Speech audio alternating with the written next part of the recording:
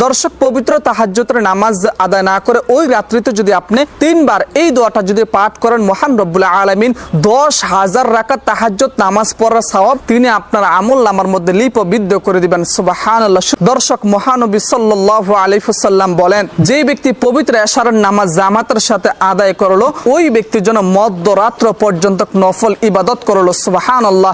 আর যে ব্যক্তি পবিত্র ফজরের নামাজ আদায় করলো, ওই ব্যক্তির জন্য সারা রাত্র ধরে নফল ইবাদত করা সওয়াব, তাহাজ্জুদ নামাজ পড়ার সওয়াব রব্বুল আলামিন তিনি তেনার আমল নাম্বার মধ্যে দিয়ে দিবেন। দর্শক, কোনোভাবেই আপনারা এই আমল মিস করবেন না। এশারের নামাজ কখনো মিস করবেন না এবং পবিত্র ফজরের নামাজ কখনো মিস করবেন না। এবং এই পবিত্র ফজরের নামাজের পরে যেই দোয়াটা মাত্র 3 বার পড়বেন, 3 বার পড়তে দেরি মহান রব্বুল আলামিন তিনি আপনার উপর সন্তুষ্ট হয়ে যাবেন।